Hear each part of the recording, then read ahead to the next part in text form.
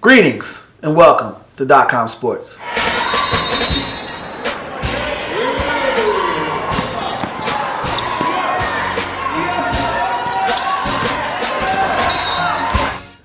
Hello everybody. Today's panel is going to consist of OJ Spivey, 900 AM WRD Radio in Philadelphia. Jarman Gant, SidelineHaters.com. Roy Burton, LibertyBallers.com. And as always, I'm your host, Kwame Fisher-Jones. Today, we're going to start off with the Philadelphia Eagles. And I'm going to toss this question over up to my man, OJ. Fire every coach that comes through Philly. Spivey.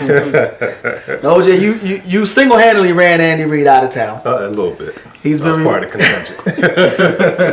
in full disclosure, Jay is a Washington Redskins fan. Hell to the Redskins. So, I had to warn him not to come out here in his Redskin cornbread colors over there. But so, OJ, Andy Reid's gone. Can't blame him anymore. Right. So far, Chip Kelly, it's been minimal moves. Have you been impressed, disenchanted with what he's done thus far? Well, I've been impressed for the most part because it's the freshness of it. He's making a lot of changes with the culture, making a lot of changes with the franchise. So it remains to be seen what he'll do with the draft. He has plugged some players in via free agency, not any big names, but I think that's more so to the front office being conservative by being burned with guys like Nnamdi Asomugha and also Jason Babin.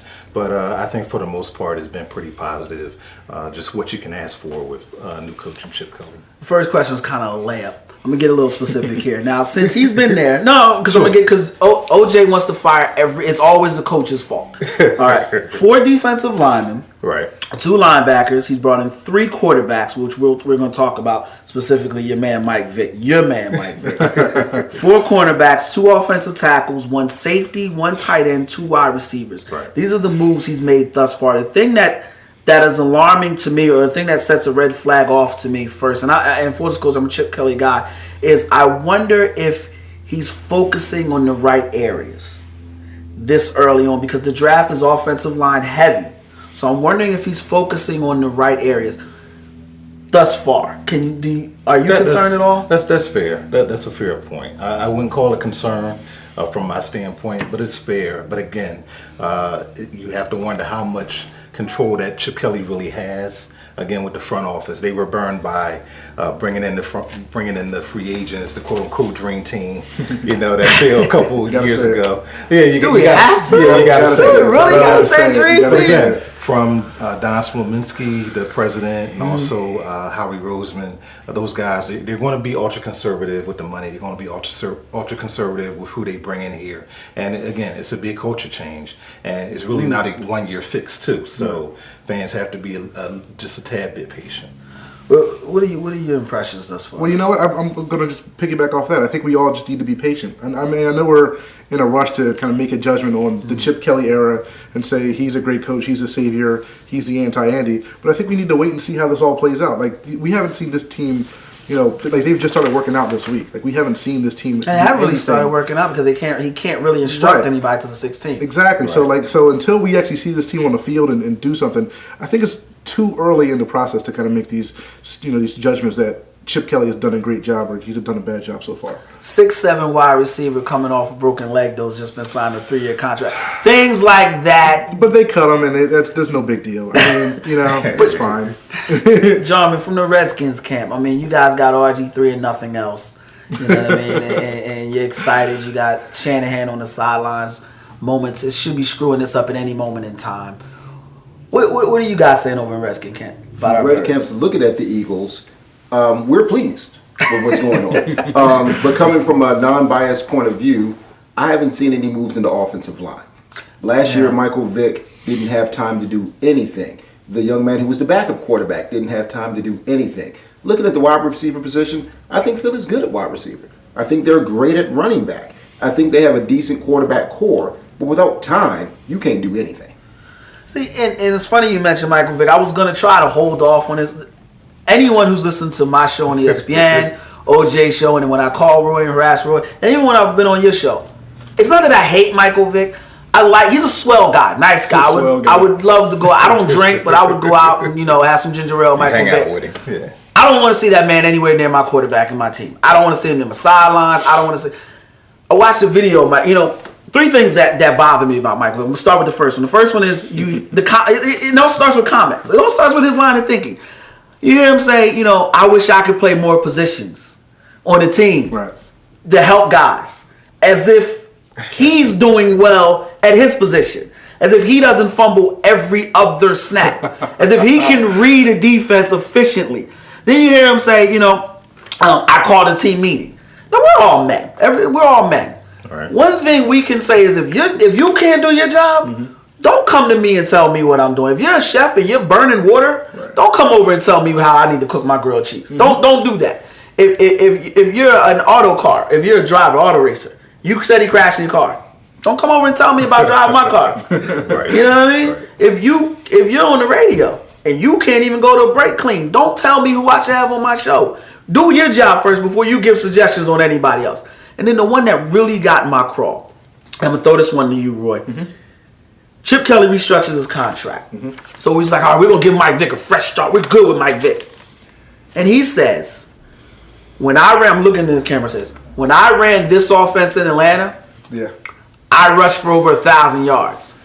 We didn't go to the playoffs. We didn't win a Super Bowl. We didn't win the division.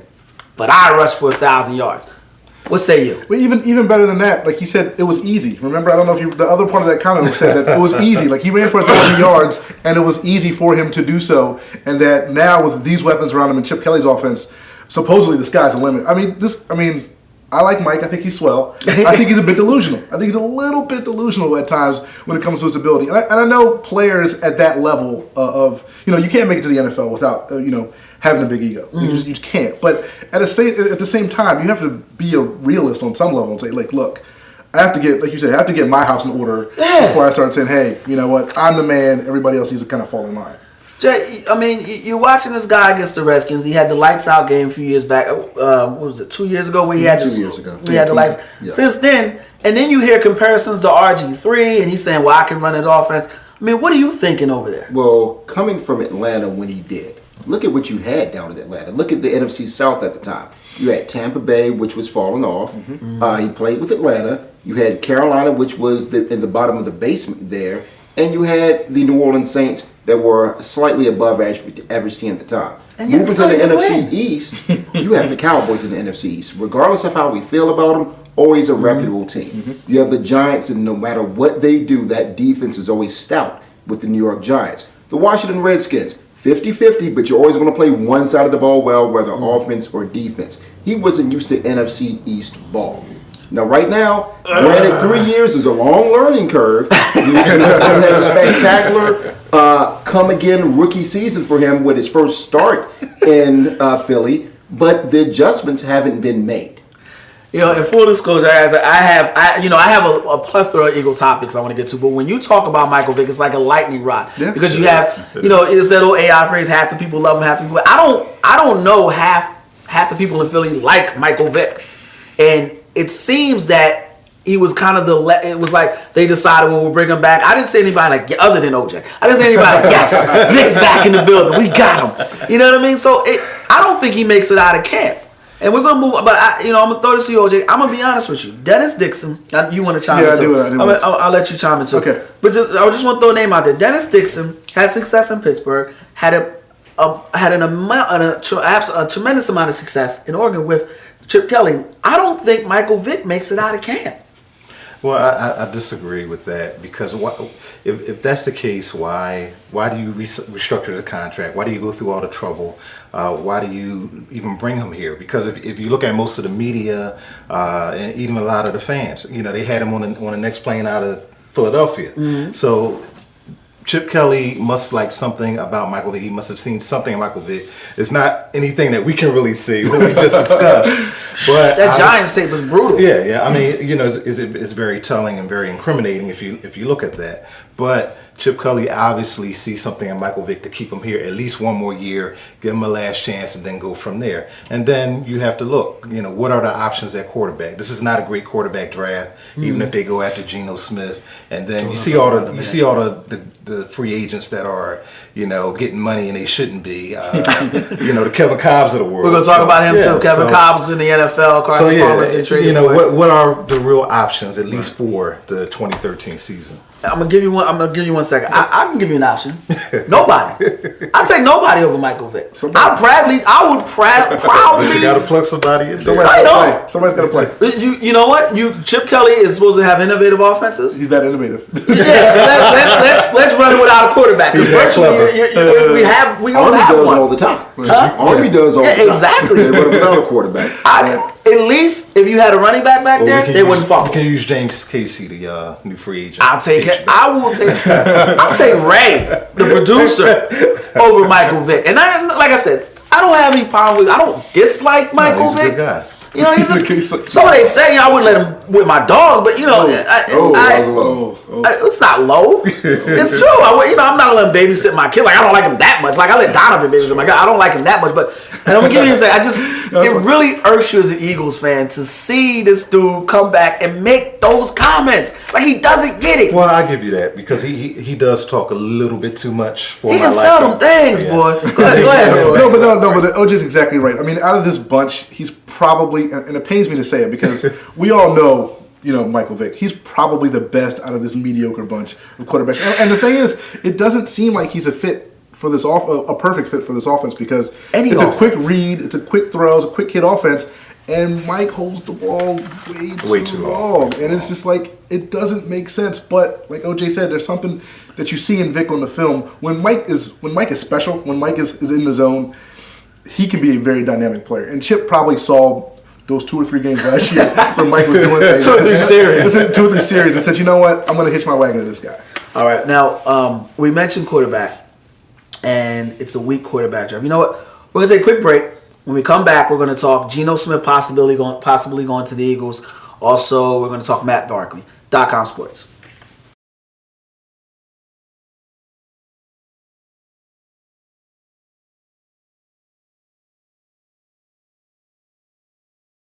And welcome back to .com Sports. Now, when we left you, we were talking about Michael Vick and his decision making. We're not going to revisit that topic. I'm not going to go. I'm just, a guy that can't make decisions is now based on the decision offense. We're going to leave that alone. You mentioned Geno Smith. Let me start with you, Jay.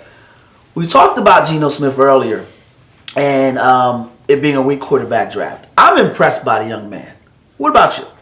I think he'll do real good in the league this year, depending on where he goes to. It's never a good answer. It's the right answer. But it's the truth. She's pretty depending on who's looking at her. It's pretty depending on and according to you, if he goes to Philly, he's gorgeous right now. Yes. If he goes to Miami, he's gorgeous right now. If he goes to Oakland, he's a sitting duck right now. It all depends on what you're looking for. He's not an RG3. He's not a Cam Newton. He is your traditional drop back quarterback passer there. Let me chime in there. That's not a bad thing. It's not. The last time I checked in the NFL, there was only one type of quarterback that won. Mm-hmm. For all of Steve Young's magnificent runs, he has the single season record for accuracy, if I'm not mistaken. So if you're winning with pocket passers, why is it a bad thing that he's a pocket passer? Well, because he looks like us. That's the thing. He is your Warren Moon.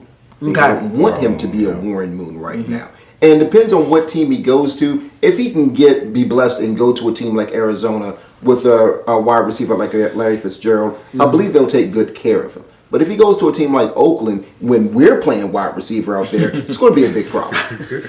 What about you? I don't know if it's easy to say it's because he's black. My bigger issue with it is, okay, he's black. That he has to suck that up. And let me form a question for you. Mm-hmm. Now, Norm from Pro Football Weekly, I know everyone's probably heard this, Nolan Naraki, called him a cross between Alex Smith and Aaron Brooks. Said that he's a gimmick, overhyped product. This is verbatim. Gimmick, overhyped product of a system lacking football savvy. Now, he played damn well at West Virginia. He did. I think he had a game where he had like over 1,000 passing yards. And very accurate. Had very few interceptions. I wonder if it's more of the fact that you have a guy that's unassuming, not aggressive, maybe passive to a certain extent. Is that why people are so quick to say he can't do it? Well, I have a theory. I have my own theory on that. You mentioned You liken Geno Smith to Warren Moon. I look at him as a slightly more athletic Doug Williams because he has the same type of arm. You know, when you saw Doug Williams play in the 1980s in the USFL and even coming back. You are dating yourself, my friend. And even coming back to Washington. You know, when I saw Geno Smith's arm, just seeing him play, I first thought of Doug Williams. He's tall.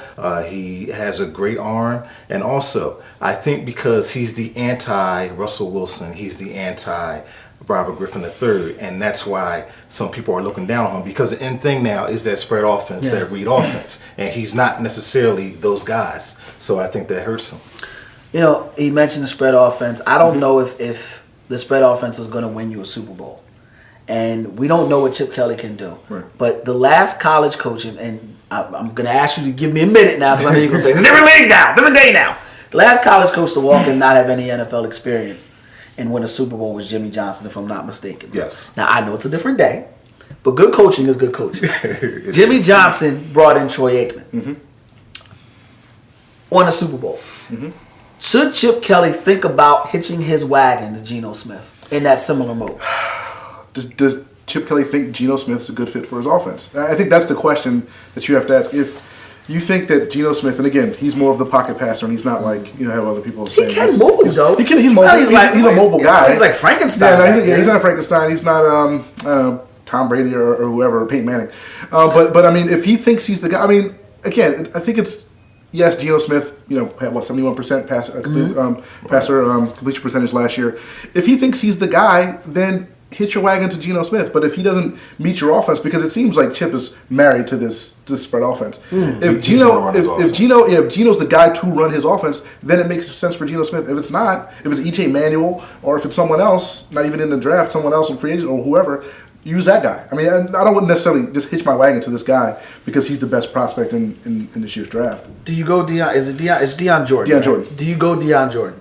Personally, I go D. Miller. I think you have a bigger need at corner. From Alabama? I think you have a bigger, and I know people don't, for some reason, don't like Alabama cornerbacks. Because they aren't good. It's not a matter of not liking them, they're just not good. No. D. Miller, he's a blue chip guy, and you have the biggest need. Your biggest need right now is at corner. I mean, you got bigger than quarterback. Is bigger than, well, look, the quarterback is not the biggest need in every team. Okay. I mean, that's obvious. But I mean, other than that, you're bigger. And again, I'm not married to these quarterbacks. I'm not in love with any of these quarterbacks. Your biggest need, other than quarterback, is at cornerback. You just washed out two guys who probably shouldn't have been here in the first place. You need somebody to step up. I mean, the guys you signed this offseason are nice, but you need somebody, a guy you don't have to worry about at corner. Are you going D. Miller? Put your Eagles hat on. Take your Redskins pom-poms. I'm going offensive line. And it's offensive line heavy. I go back again. Michael Vick would be respectable if he had time. He had no time last year. And I harken it back to the Redskins game when he got hurt. Okay. He had no time last year. I'm not saying Michael Vick is that Pro Bowl quarterback that he used to be, but I believe he will be an average to above average quarterback if he has 7 seconds. Okay. Now before we go, I got to jump on. All right. Now you mentioned Peyton Manning. Peyton Manning and I mentioned Frankenstein. They both have similar athleticism. Peyton Manning very rarely gets sacked. Right? At some point, it has to be the quarterback calling out line protections. It has to be the quarterback identifying a blitzer. Michael Vick took so many hellacious hits. You know why? Because as a professional quarterback, he cannot read a defense. And this is not a shot at his intelligence. I think he's a very intelligent man. I'm talking about football savvy. And I don't want to hear from him or people in this camp that I don't know football. You know what I do know? You look off for safety. We kick an onside kick in the last game against the Giants. He didn't look off the free safety. I would say the same thing, but you look at a Jay Cutler who got beat up. You look at an Aaron Rodgers who last year got beat up, year before last got beat up. Am I saying Michael Vick is as smart as those guys? I'm thinking he's in the same realm, but they get beat up for the same exact reasons Michael Vick gets beat up. Michael wants to extend the play with his legs, sell those Aaron Rodgers. Jay Cutler, no athleticism at all, but still they get the same type of pressure up the middle, and pressure breaks diamonds. Vick got the piss knocked out of him in Arizona.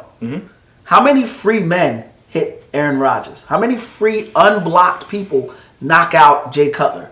With Vick, these men are unblocked. So somebody is missing. And you're going to tell me 7 men are missing these calls? Well, Jay Cutler got hit pretty good last year. He did. He But certainly did. He get And rocked? missed games. Kerry Rhodes now has Michael Vick on his highlight tape. Yeah. Well, that one play really stands out to you. Yeah. That's That's the that poster move right child now. of the season, the microcosm of the season. But it's more detailed than that. That was just a lot. It was a lot That was to just it. front and center. Well, and all right, I'm gonna try to because I don't want to be a Vic dump session. There's so much there. I You got mentioned you back, Mike. offensive I got line. you back. Sure. Who are you going? Yeah, because he's from Virginia. You ain't fooling nobody. Well, I'm saying Geno Smith. Okay. Look, I see all the quarterbacks on the roster. I do like D. Milner a lot, like as Roy said. In fact, he was my first choice.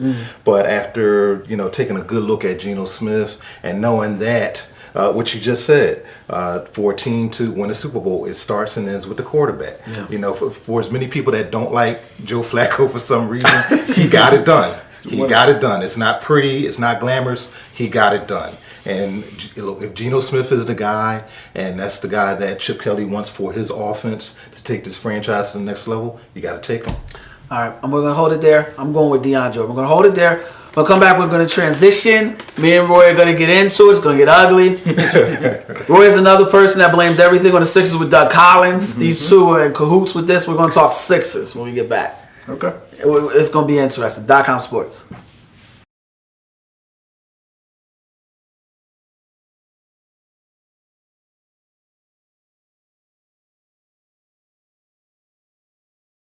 Welcome back to .com Sports. Now the Sixers have been horrendous. They've been terrible. To me, it all starts and ends with their front office and whoever okayed the acquisition of Kwame Brown, Nick Young, Darrell Wright. But the person to the left of me and to the right of me, actually, I believe, challenge to the left and right, believes that it is Doug Collins' fault. So I'm not saying the floor is yours, my friend. You want to look at camera and convince us why Doug Collins needs to go. Well, let me ask you a question. Let me turn this around to you. Do you think that Spencer Hawes would have been re-signed for 2 years if it wasn't for Doug Collins? I'm going to answer the question, but let me Okay. All life's mysteries can be solved with analogies regarding food, women, and food, women, and movies. Okay. I'm going to use a food reference for you. I come to you, all right, and I bring you a plate of what looks to be feces. It's got flies, everything. Okay. But I tell you, it's good. It's not. It's steak. It's good. And you eat it. Who's the fool? Me or you? I'm a fool. Okay. I come to you and tell you sign Spencer Hawes. You're my general manager. Your job is to assess talent. Who's the fool? Me for suggesting Spencer Hawes or you for signing him? Well, who are you blaming? Because at the time they had no general manager. They were in that limbo period between the Rod Thorne and before the general manager Tony DeLeo. Well, let's be clear. I'm blaming everybody. This Okay. whole thing is bigger than Nino Brown. I'm blaming everybody from Rod Thorne, the man who said Michael Jordan wouldn't be an impactful player in this league. Google it if you think I'm lying to you. To Tony DeLeo and his son, who's also a scout. To Gene Shue, who's been a West Coast scout for over 30 years now. I'm blaming all of them. Doug Collins. But you don't blame Doug at all? I mean, Doug's clearly It's the name of the restaurant. He's not cooking and bringing me the dish. No, Kwame Brown wouldn't be here if it wasn't for Doug. No. Spencer Hawes. He said he wanted to bring Kwame Brown to a place where people could love him. There's always room for no. There's always room for no. So because Doug Collins doesn't sign the papers, it's not his fault. Because Doug Collins, all right. The way the structure usually works in an NBA front office is the true person that runs the Carter is your pro player personnel. You have to explain what the Carter is. Not everybody knows. My fans know what the Carter is. Okay. The true person who runs the Carter is the pro player personnel guy because he's the liaison between your college scouting and your pro scouting. All right. Correct. The general manager runs several different entities. Now you have a pro player personnel guy who is from the New York Knicks, and not just the New York Knicks. The Knicks, when they brought in Stephon Marbury, Vin Baker, Shannon Williams, Steve Francis, when they had 4 different coaches. Ladies and gentlemen, that's who they thought would be a good pro personnel guy. Now, he's the person who should have said no. Correct. I'll give you an example. Phil Jackson, what's he got, 99 rings? Right?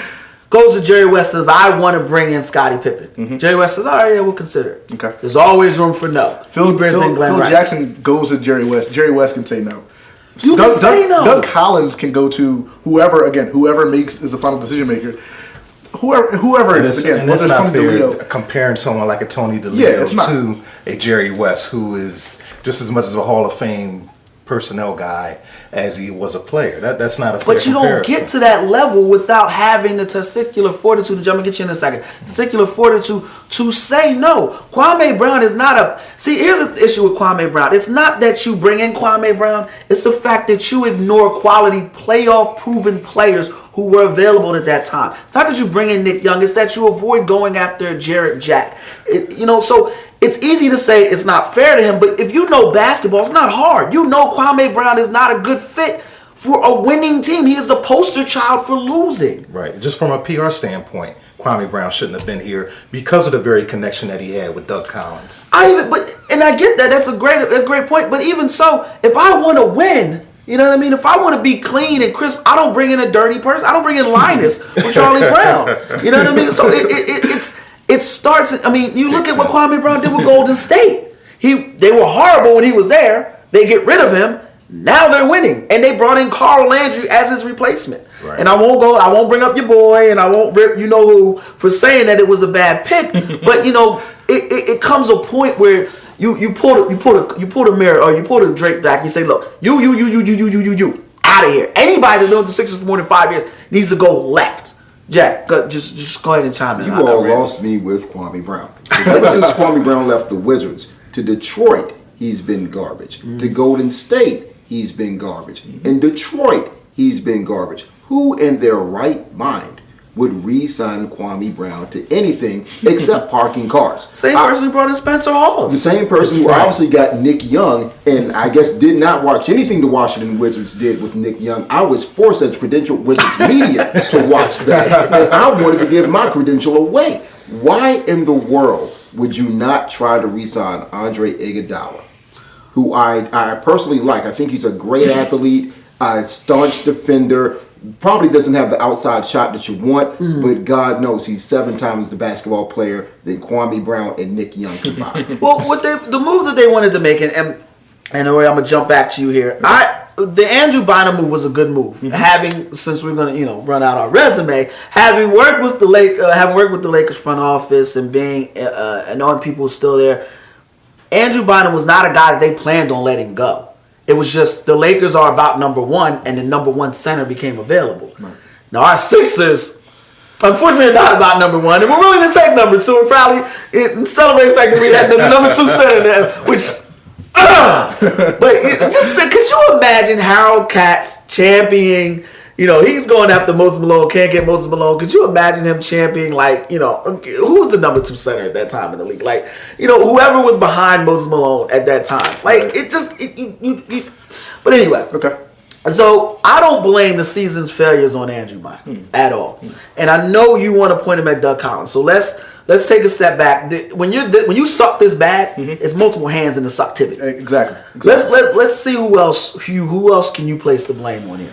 I mean, you can place the blame on a lot. I mean, a lot of it comes to you got the wrong guys. I mean, again, whoever's behind that, you just have a bad mix of guys. I mean, you just don't have the talent in order to compete in this league. And I mean, you got what you thought were shooters. Doral Wright and Nick Young. Did they really though? I mean, they thought that they got shooters, and in the preseason they were hot. Like these guys were hot in the preseason. Everybody got excited, and then they rolled out the basketballs, and then it was a different story.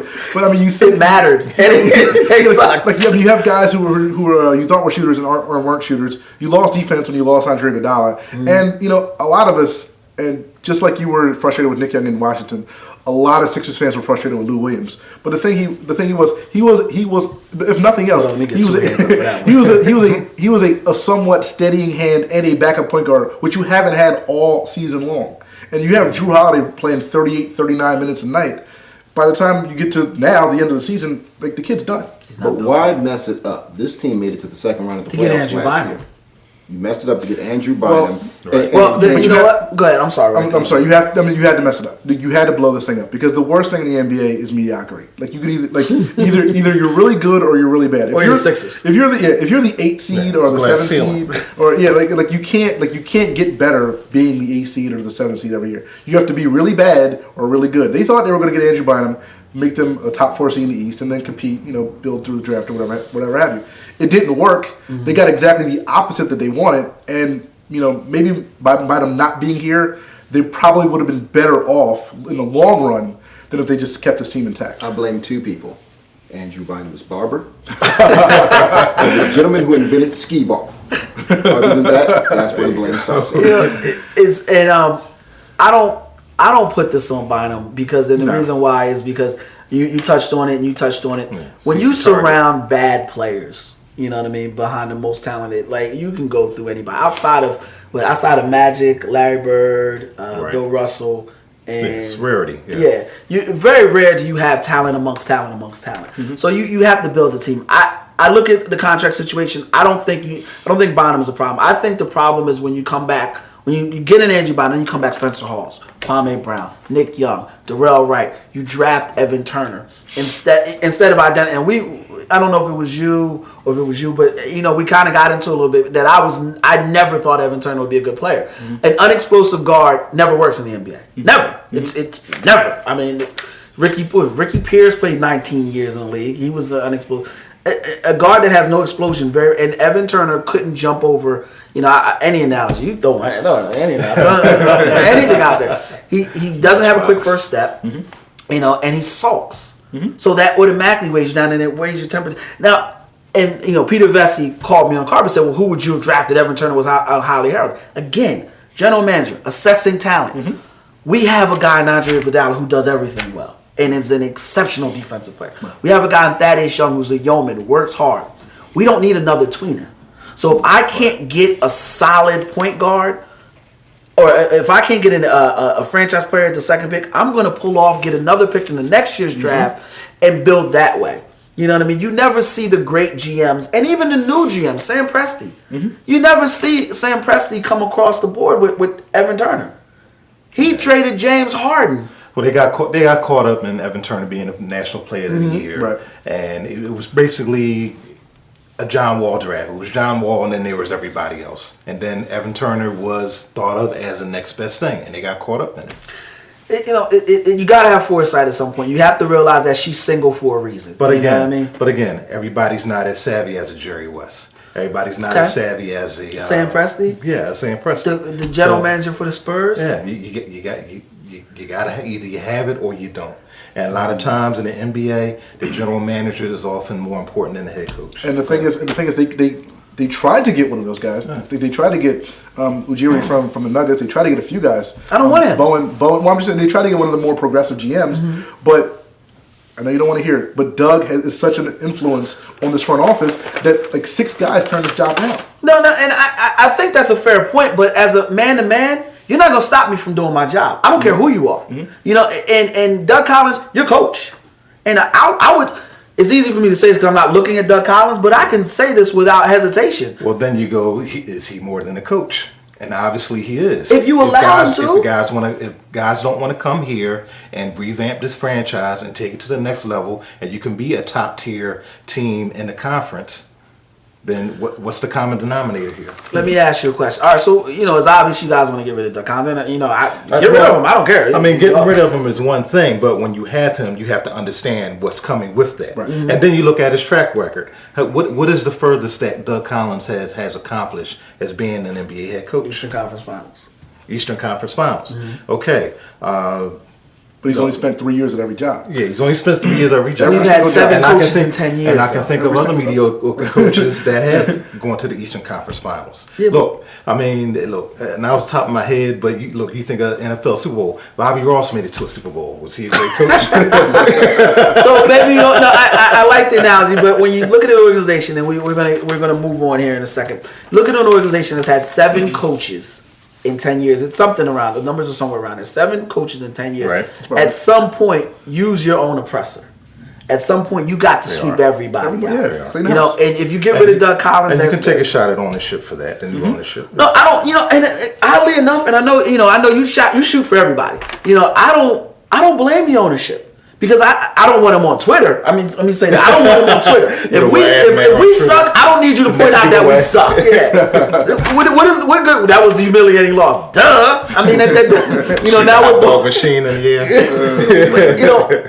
I don't blame the owner. I'm willing to give him a fair shot because I respect men, and we battled about this, that put their money where their mouth is. Right. And he's willing to do that. The Sixers have a high payroll, so he's willing to do that. What I want to see is a guy that comes out and says, okay, look, Gene Shue, it's time to go.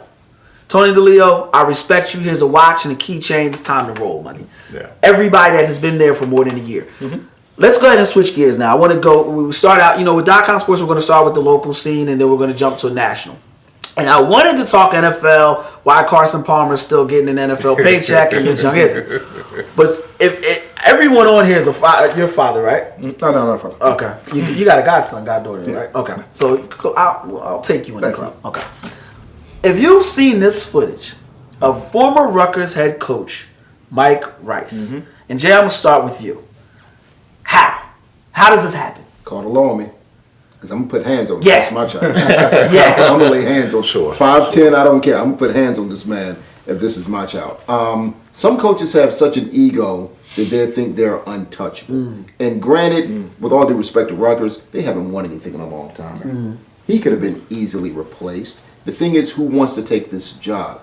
But with this gentleman and his ego, I can't understand how he thought he could throw basketballs at folks' heads. Granted, everybody had the ball thrown to the feet. I'm not mad at the ball thrown to the feet. But throwing at the head, the language that he used with certain individuals there, granted, a lot of basketball players come from various different backgrounds. You have children who come from broken homes, who don't have a strong father figure in the family. They look towards that coach to be that person. Granted, it shouldn't be like that, but that's how reality sets in sometimes. But behavior like this is totally unacceptable, especially for someone who's coaching a state-supported school. Yeah.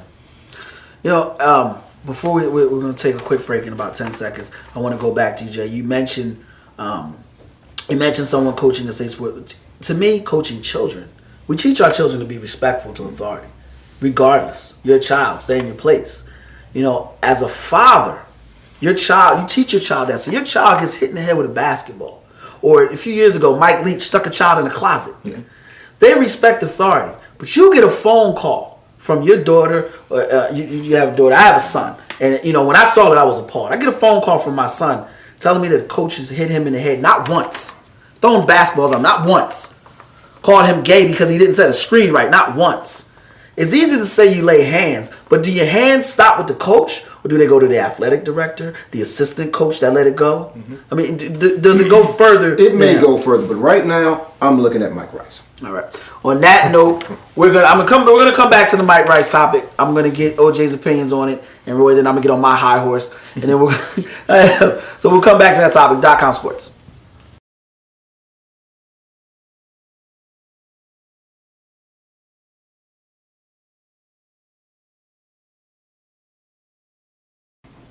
Welcome back to .com Sports. Now, we were talking about Mike Rice, the former coach of Rutgers University and also former St. Joseph's assistant coach. Right. Now, here's an aspect I want to introduce. Right. We mentioned some of the kids that be coaches. What if one of those gentlemen decided to return fire and broke his jaw? What would have been? What would people have said then? Well, they would have said that also, okay, you look at what Rice did, but more emphasis would have been on the player who retaliated, because the person who retaliates always gets caught. Exactly. And they get the brunt of the criticism.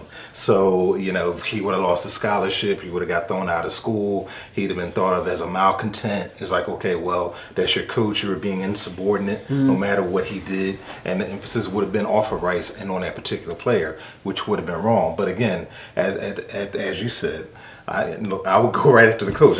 I'm the type of person, if I'm a player, I will go after the coach. Yeah, exactly. Because I don't have that type of mentality where it's just passive. I'm reactionary that way. Insult me if you want, get on me if you want, make me do laps, make me do, more suicides. Don't try to, question my manner. Yeah. Doug Collins did that to Kwame Brown, called him, in Washington, called him gay. And I'm gonna get your comments on this second, Roy. you raise a good point. For me, having a son who's exceptionally large, who's probably going to fall into athletics, some sort of sport, Right. I'm always going to teach him to listen to the coach. Right. I'm always First and going to teach him foremost. to respect his coach. I don't care if he calls you everything under the sun. You respect your coach. Or if he doesn't know what he's doing. Yeah. Like some of my son's coaches have been. That's terrible. That's terrible. In full disclosure, that's OJ, how OJ feels. I think a coach Not actually now, doing though. a His wonderful high school job. coach is great. Just want to say that. Doing a wonderful job. You can view it at any time you want. I think, though, you have to understand, and you said you're not that type of person. That's what hurts me the most about it. These are babies. And I say babies, I'm Sure. 34. These are 19, 20-year-old young men. They're going to respect you to the end. Right. It's kind of like he's a Sorry, bully. it brought up. Right. Yeah, it's kind of like he's a Yes. bully. And you do have coaches who are bullies. Some get away with it, some don't. So I bring it to you, and then we're going to move into the next topic. When you see something like that, what do you think? I mean, it's like, like when these guys, like Mike Rice and any coach in America goes into people's houses, he basically says, I'm going to take care of your son. Yeah. I'm going to take care of your son. I'm going to show him how to be a man. I'm going to teach him basketball, but I'm going to teach him just basically how to grow up and take care of him for these next 4 years. And then you have incidents like this. This is like you can't call yourself a leader of men and be entrusted with the lives of these kids, and you act like this. But one thing before we end the segment, I don't understand how the AD at Rutgers, Tim Peretti, watched this video, reviewed this video twice over the matter of months. And the only punishment they had was a 3-game suspension and a $50,000 fine in anger management classes. I mean, all of us, it's like 30 seconds into the video, we know this guy has to be fired. I don't understand what kind of He had to review be gone. That's all I need to say. that you're doing at Rutgers internally to think that this man should not have been fired after physically abusing these players. When I saw the ball bounce off a young man's head who was not paying attention, that was it for me. And I've watched the whole video. I've seen it thousands of times.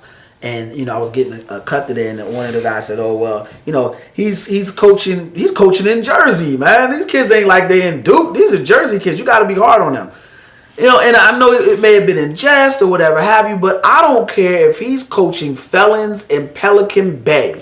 You cannot. He wouldn't do that to the fellas. You cannot throw a ball in somebody's face when they are not paying attention and call that coaching. You tried doing that to guys who went to the University of Miami. See how far they get. You do that to those you can get away with. Exactly. Sure. You Exactly. notice, He knew that. and he knew that. Just like how you said if this was a player-coach situation. When P.J. Carlesimo got choked out by Latrell Sprewell, everybody knew that P.J. had that coming. You did hear that with certain people. And to go back to a DC reference, John Thompson, as big of man of stature John Thompson was, he never had to lay his hand on somebody for fear that, of course, he knew he would get fired after doing this. And like you said, when Bobby Knight said this was kind of bad, that's all needs to be said. On that note, I want to get one more opinion on a random shot here, in a random shot segment. And this came across the wire yesterday, last night, and I kind of tweeted on it a little bit. And Jay-Z is supposedly or apparently being reported as an agent. Now, having known agents, I'm sure we all know a sports agent, I think they all would agree this is offensive. Their student loan debt from college to law school would say that this is offensive. But I want to get someone else's impartial point of view before I light into Jay-Z and this whole notion. So I'm going to start with you, Roy. Okay. Jay-Z's an agent. Is this Master P all over? See, that's the thing. Everybody thinks this is No Limit all over it. Jay-Z is a very, very successful businessman. Really? He's a businessman. You can say that with a straight face. Businessman. Okay. Yeah. Okay. Yeah, you get that. That's one of the things I'm going to light into him about his failed business ventures. That's fine. He's successful at business. This is not Master P. This is not No Limit Records again. He's not going to sign Robinson Cano, and maybe he might even get Victor Cruz if he can line that up. He's not going to sign these guys to incentive-heavy contracts like Ricky Williams signed with No Limit Records. I think Jay-Z is smart enough to kind of navigate these business waters well. Okay. I think look, is he going to be the next, I don't know, pick any big name agent you want. I mean, he won't be Tank Black. I'll give you, he won't be Tank Black. Would you, and I'm going to get you in a second, would you allow him to negotiate? You're Robinson Cano. Okay. You just fired Steve Boris. Yes. I'm going to repeat that for you. Scott, excuse me. Yeah. You just fired Scott and Steve Boris. Okay. Scott Boris. Mm-hmm. 500. What's he worth? 600 million. If I'm Robinson Cano, I don't leave Scott Boras Okay. for Jay-Z. Yeah, So who are you leaving for Jay-Z? Let's not get it twisted. Actually, it's, in full disclosure, we're making fun of him. He's actually going to be a separate entity of CAA agency. Okay. A CAA man. So he's not really an agent, but just the mere mention of him in agency irked me. I'm wait a minute. I'm gonna go to you. How do you feel about that? Well, two things. You just said it. He's pretty much lending his name, and it's name recognition. You go to Jay-Z, you be under his branch. And one thing probably some of these athletes are looking at, some of the other ventures that they would be able to get into endorsement wise, not so much the contract itself. The contract, they can pretty much negotiate their own contracts, but they're getting into the endeavors of probably more endorsements, different avenues where that Scott Boras can't get into. He can't relate to the hip hop game. He can't relate to Jay-Z can. Yeah, and Jay-Z can. Yeah, I mean, Okay. I know where you're going. I know where you're going with this. Because I have no idea. As far as endorsements, as far as clothing lines, as far as relating to more of the younger generation, some of those things. But I will say this: Jay-Z better have his I's dotted and his T's crossed, because there are a lot of guys who spend their whole lifetime trying to get into the agent game, which is very exclusive, and they don't let everybody in. And if he has any dirt out there, you best believe it's going to come out. Jump in there, Jay. Mr. Rock. No, I don't understand. Okay, this I was about at to all. say. No, I don't get it. I don't know if Robinson Cano wants to rap. I know Jay-Z has made a couple of great decisions. When he's married Beyonce, It stops there. and he invested in the Nets. He invested in the Nets. Those are two very good decisions that he's made. However, I don't trust Jay-Z with any athletic contract. Rappers want to be ball players want to be rappers. Don't be surprised, though, if you see Derrick Rose go over to Jay-Z. Don't be surprised if you see a gentleman like Chris Bosh go over to Jay-Z. LeBron's not going. Chris Bosh ain't messing with no more rappers. He's already Chris Bosh ain't messing with, I'm not going to say why, but he ain't messing with him no and more Lil Wayne, he got a lot of words right now. But no, I don't buy this at all. Jay-Z got in there off of name recognition alone. When it comes to dealing with contracts like this, I need someone like a Scott Boras who knows what he's looking at. He got in there off name recognition. I'm going to choose my words wisely because Jay-Z is a former drug dealer. I'm going to say this. There are people who spend their lives trying to get to that level. And to see a guy come in with no training, and I tweeted this, not a high school, he doesn't have a high school degree, he doesn't have a college degree, money hasn't even done an internship. And to bag a big fish like Robinson Cano, it's a lack of respect. And not a lack of respect on Jay-Z's part, but it's a lack of respect for those who are truly in charge of how this thing works. The Steinbrenners of the world, the Scott Borases of the world. And you lose credibility. If Jay-Z really wanted to do this, if he really, really wanted to do this, I turn the table to you, Mr. Carter. I ask you this. As a young MC who's never, ever, ever put together a tape. I'm not saying I'm rapping. I'm just saying in general. Never put together a tape. Never did a lyric. Never did a verse. Comes up to your office, interrupts your day, and says, I want to rap. Would you have given him a shot? So that's the issue I have. The same credibility and work that you put into Apartment 4B on Reasonable Doubts is the same effort you need to put forth in some of these other business ventures. Whether it be the 40/40 Club that is now vacant in Atlantic City, or the Rockwear jeans that is no longer, and I got a pair on right now, that are no longer the preeminent fashion while Sean John continues to ascend. It's disappointing that a man that has had so much success in the hip-hop game has decided to take and jump into so many things without any type of respect for the arena, learn the craft. To be a gladiator, you got to go to gladiator school. The only thing you get thrusted into without any type of training is prison. That's the only thing. Everything else, you need to earn your credit. You need to earn your worth. Then you become an agent. You read up on a Tank Black and look at where he went wrong. Or Leon Rose. And I'm not saying he didn't do that, but I can tell you this, he didn't spend enough time doing it. That's the issue I have. And we got about 5 minutes left in the show. and while I'm on this, before we go to, we'll stay on this topic. 42, the Jackie Robinson story is coming out. And I'm going to throw this out to you guys. I'm going to shut up.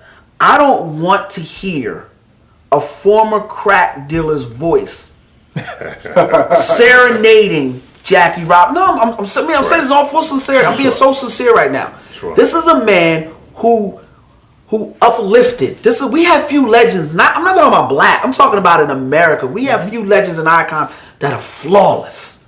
Jackie Robinson is one of them. Baseball wasn't even his best sport. Right. He died literally because he didn't fight back.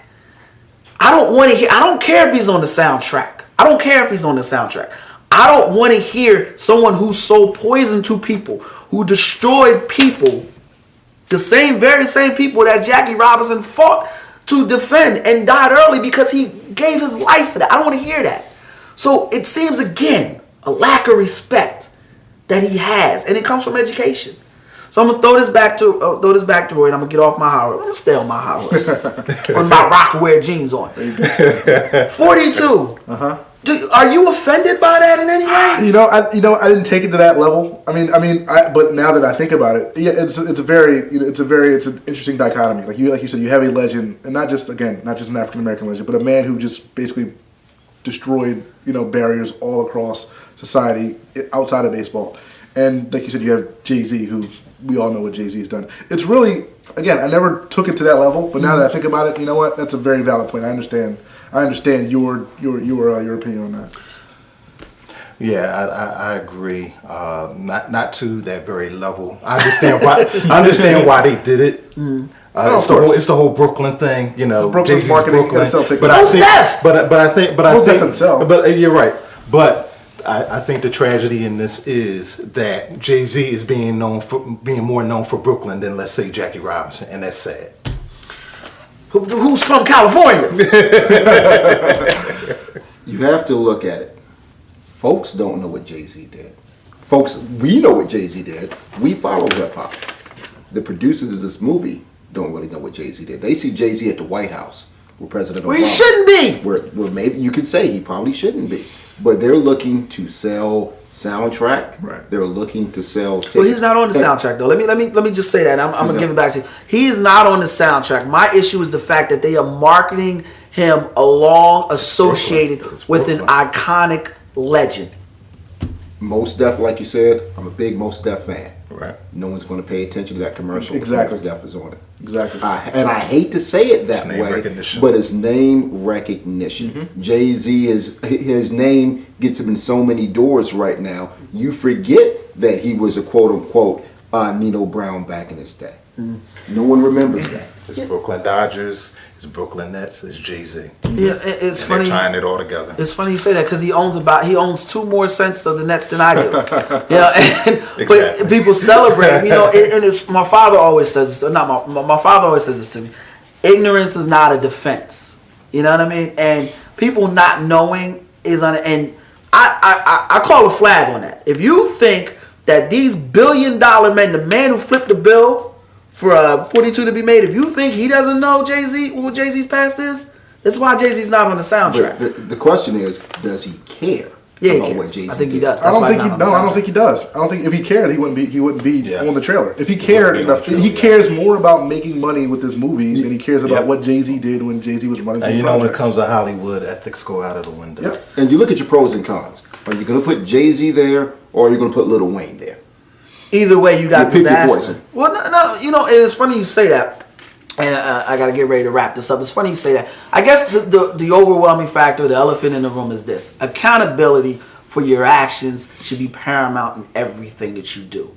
If you were this back in the day, you have no right, and you should stand up and say, you know what, I don't feel comfortable rolling with a Jackie Robinson movie. I'll do Frank Lucas because I know that world. Mm-hmm. I shouldn't be on this in any form. I really should. So I'm going to wrap this up here because I didn't pay for 2 hours. Check us back next week. Make sure you check. This is a new show for you. Our website's called .com Sports. You can check the show out on .com Sports every Monday starting next week. Hopefully I have these gentlemen back for next panel, but after that we're going to have different faces, different voices, different opinions, except for mine. Mine will stay the same. My voice and my name is Kwame Fisher-Jones. Until next week, appreciate your time of year. Y'all be easy. So let me hear you say yeah. No rain, no thunder. Everything's like summer. The storm is over. Today is your day. No pain, no problems. Another day's been offered. Don't have to worry about a thing. Today is your day. Yeah, out of the bed, get the stretching and yawning. Down on my knees, give thanks for the morning. A new day, yesterday's stresses are gonna. I ain't got to deal with drama, no.